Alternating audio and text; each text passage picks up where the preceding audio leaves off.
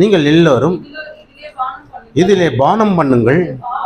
இது பாவ மன்னிப்பு உண்டாகும்படி அநேகருக்காக சிந்தப்படுகிற புது உடன்படிக்கைக்குரிய என்னுடைய இரத்தமா இருக்கிறது. அல்லேலூயா. பாருங்க, இயேசு சாமி சிலுவையில் மரிக்க போகிறார். அன்னைக்கு ராத்திரி ரோமர்களால் பிடிபட்டு யூதாஸ் காட்டி கொடுக்க போகிற நாள் அது. இயேசு இவர் தான், இவரை பிடிங்க அப்படின்னு காட்டி கொடுக்கப்படுற நாள். அந்த நாளுக்கு அந்த ராத்திரியில் பஸ்கா பண்டிகைன்னு சொல்லி ஆசாரிப்பார்கள். அந்த பஸ்கா பண்டிகையில் இயேசு ஒரு அப்பத்தை எடுத்து என்ன பண்ணுறாருன்னா, அதை பிட்டு நீங்கள் வாங்கி புசியுங்கள், இது உங்களுக்காக பிற்கப்படுகிற என்னுடைய சரீரமாக இருக்கிறது என்றார். உங்களுக்காக கிழிக்கப்படுகிற பிற்கப்படுகிற என்னுடைய சரீரமாக இருக்குது அப்படின்றாரு. அதுக்கப்புறம் ஒரு பாத்திரத்தை எடுத்து அதில் திராட்சை ரசம் இருக்குது, இதை வாங்கி நீங்கள் பானம் பண்ணுங்கள், இது உங்களுக்காக சிந்தப்படுகிற என்னுடைய புது உடன்படிக்கையின் இரத்தமாக இருக்குதுன்றார். அப்போ பாருங்க, இரத்தத்தினால தான் ஒரு மனுஷனை தேவன் மீட்டெடுக்கிறார். அவன் பாவத்திலிருந்து, சாபத்திலிருந்து, அவனுடைய தோஷத்திலிருந்து, அக்கிரமத்திலிருந்து, எல்லா விதமான தீங்கிலிருந்தும் அவனை எப்படி மீட்டெடுக்கிறார்னா அவருடைய இரத்தத்தினால. அதனால தான் அந்த இரத்தத்தினால ஒரு உடன்படிக்கை செய்கிறார். ஒரு உடன்படிக்கை, நம்ம ஒரு அக்ரிமெண்ட்டு போடுறோன்னாக்கா ஒரு பேப்பரை வச்சு அக்ரிமெண்ட் போடுவோம். ஒரு 100 ரூபாய் பேப்பர், ஸ்டாம்ப் பேப்பரு, இல்லை 1000 ரூபாய், 2000 ரூபாய், இல்லை யாராவது சாட்சியை வச்சு ஏதோ ஒரு அத்தாரிட்டி வச்சு நம்ம என்ன பண்ணுறோம், ஒரு அக்ரிமெண்ட் பண்ணுறோம், ஒரு உடன்படிக்கை பண்ணுறோம். இதுதான்டா அப்படின்றது. திருமணம் கூட சொல்லுவாங்க இல்லையா, அக்னி சாட்சியாக வச்சு செய்கிறாங்க, கடவுள் சாட்சியாக வச்சு செய்கிறாங்க, பெரியோர்கள் மத்தியில் அவர்கள் சாட்சியாக வச்சு செய்கிறார்கள். ஏன் அப்படின்னா அவங்க முன்னாடி ஒரு சாட்சியாக அது இருக்கிறதுன்றது தான் அதை காட்டுகிறது. அதுபோல் தான் இயேசு சொல்கிறாரு, அந்த பாத்திரத்தை எடுத்து அந்த திராட்சை ரசத்தை எடுத்து அவங்கள்ட்ட கொடுத்து சொல்கிறாரு, நீங்கள் வாங்கி இது பானம் பண்ணுங்கள், இது உங்களுக்காக சிந்தப்படுகிற என்னுடைய புதிய உடன்படிக்கையின் அடையாளமாக இருக்குது. ஒரு உடன்படிக்கையின் அடையாளன்றத அவர் சொல்கிறார். ஏன்னா ரத்தத்தினால நம்மளை மீட்டெடுக்கிற, ரத்தத்தை விலைக்கிரயமாக கொடுத்திருக்கிறார் என்பதை நம்மளுக்கு காண்பிக்கப்படுகிறது. அல்லேலூயா, அல்லேலூயா. எல்லா தெய்வங்களையும் நானும் பார்த்தேன் பாருங்கள். சின்ன வயசுலேருந்து எங்கள் தாத்தா சொன்னவங்களும், எங்கள் அப்பா சொன்னது, எங்கள் அம்மா சொன்னது, எல்லா தெய்வங்களையும் நான் பார்க்கும்போது ரத்தம் சிந்தி ரத்தத்தை விலையாக கொடுத்து மீட்ட ஒரே தெய்வம்னா அது இயேசு. அது நம்ம அருள்நாதராகிய இயேசு கிறிஸ்து தான்.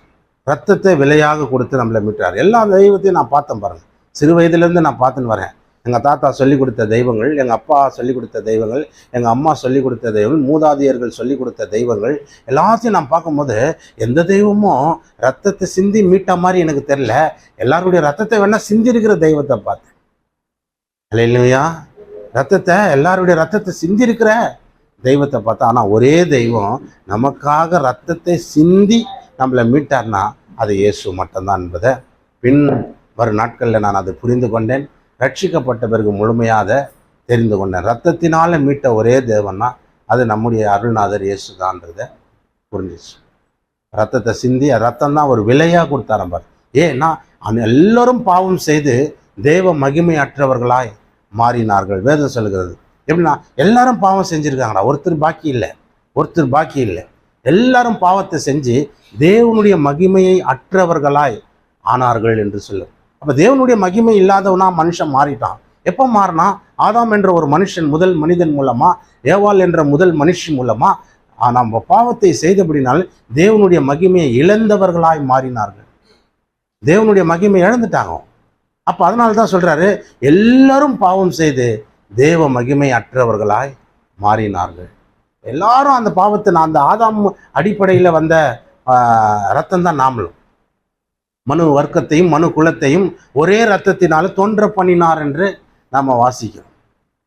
பைபிளில் போட்டிருக்கு, மனு குலத்தை மனு வர்க்கத்தையே ஒரே ரத்தத்தினால தோன்ற பண்ணினார் அப்படின்றத பார்ப்போம். சில பேர் சண்டையிலையோ இல்லை டைலாக் அடிக்கும் போதெல்லாம் பார்த்தீங்களா, நீங்கள் வெள்ளையாக இருக்கிறவனுக்கும் அதே ரத்தம் தான், கருப்பாக இருக்கிறவனுக்கும் அதே ரத்தம் தான், உயர்ந்த சாதிக்கும் அதே ரத்தம் தான், தாழ்ந்த சாதிக்கும் அதே ரத்தம் தான், படித்தவனுக்கும் அதே ரத்தம் தான், ஏழைக்கும் அதே ரத்தம் தான்.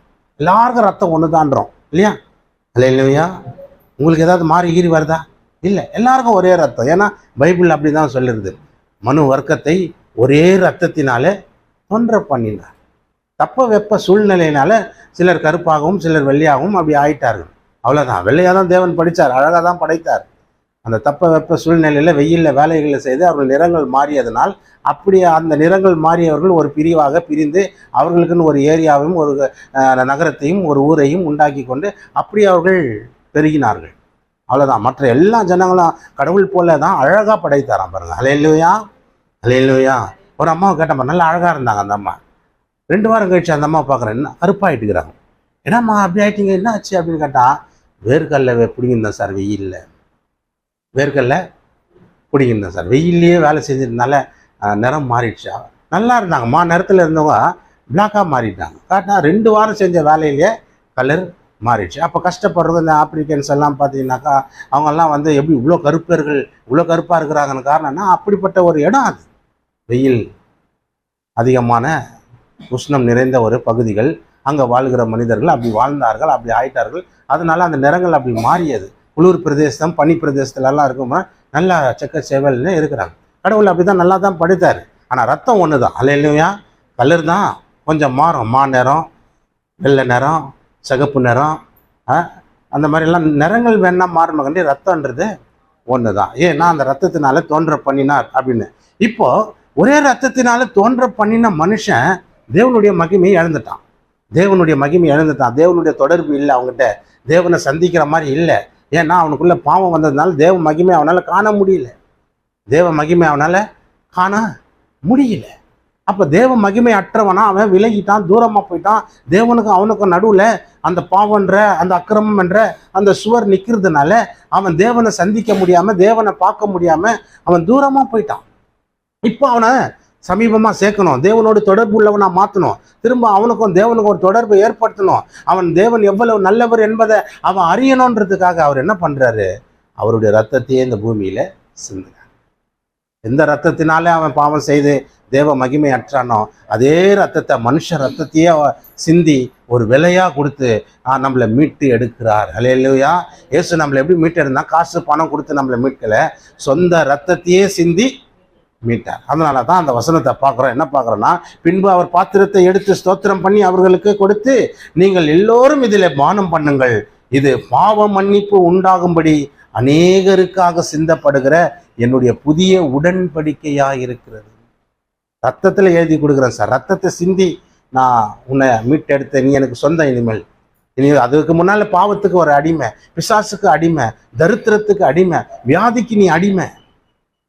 வியாதி உன்னை போட்டு அமுக்கின்னு இருந்தது, தரித்திரம் உன்னை போட்டு வாட்டி எடுத்தது, பாவம் உன்னை போட்டு அதுலேருந்து உன்னை வெளியே வராதபடிக்கு உன்னை நாசமாக்கி கொண்டிருந்தது.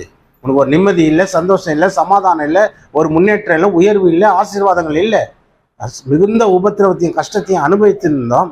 கடவுள் பாருங்க அவருடைய ரத்தத்தை சிந்தி அதுலேருந்து மீட்டு எடுக்கிறார். அல்லேலூயா, அல்லேலூயா. எவ்வளோ பெரிய நல்ல தேவன் பாருங்க. பாருங்க 103ஆம் சங்கீதம் 103ஆம் சங்கீதம் 3ஆம் வசனம். அவர் உன் அக்கிரமங்களை எல்லாம் மன்னித்து உன் நோய்களை எல்லாம் குணமாக்கி உன் பிராணனை அழிவுக்கு விலக்கி உன்னை கிருபையினாலும் இரக்கங்களினாலும் முடிசூட்டி நன்மையினால உன் வாயை திருப்தியாக்குகிறார். கழுகுக்கு சமமான உன் வயது திரும்பவும் வாழ வயது போல ஆக்குகிறது. அல்லேலூயா.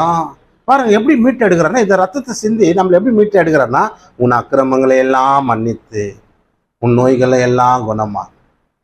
அப்போ அக்கிரமங்கள் நிமித்தமாக தான் நோய்கள் வந்து விடுகிறது, அக்கிரமங்கள் நிமித்தம் தான் நோய்கள் உருவாகி விடுகிறது.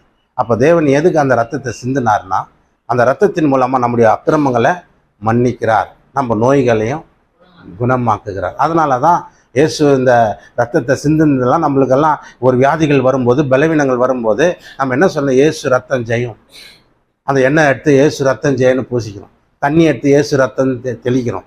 ஏன்னா இயேசு ரத்தத்தின் மூலமாக நம்முடைய அக்கிரமங்கள் மன்னிக்கப்பட்டு நம்முடைய வியாதிகளை குணமாக்கி இருக்கிறார். அதனால தான் யார் வாயில் பாருங்கள், சின்னவங்க பெரியவங்க எல்லார் வாயிலும் பாருங்கள், இயேசு ரத்தம் ஜெயணும். ஏன்னா இயேசு ரத்தத்தின் மூலமாக நம்மளுக்கு ஜெயம் கிடைத்திருக்கிறது. வல்லமை உள்ள ரத்தம், அந்த ரத்தத்தை விலையாக கொடுத்திருக்கிறார். பரிசுத்தமான ரத்தம், பாவமில்லாத ரத்தம், குற்றமில்லாத ரத்தம், விலையேற பெற்ற ரத்தம். இந்த ரத்தத்தை விலையாக கொடுத்து நம்மளை மீட்டெடுத்திருக்கிறார். பிசாசுகிட்ட அவர் இதுதான் நம்மளுக்காக அவர் கொடுத்தது. ஒரு சிலுவையில் பிசாசு பார்க்குறான், இவங்கெல்லாம் பாவம் செஞ்சுருக்காங்க, இவங்க எப்படி நீ ஆசீர்வதிக்கலாம், இவங்களை எப்படி குணமாக்கலாம், இவங்களை எப்படி திரும்ப வாழ வயது போல கழுகுக்கு சமமாக ஒரு வாழ வயது, திரும்ப ஒரு லைஃப், திரும்ப ஒரு வாழ்க்கை இவங்களுக்கு எப்படி கொடுக்கலாம் நீ கேட்குறான் இல்லையா? அப்போ அதை தான் சொல்கிறாரு, என்ன பண்ணுறாரு, அவரையே சிலுவையில் பலியாக கொடுத்து அவங்கள மீட்டு எடுக்கிறார்.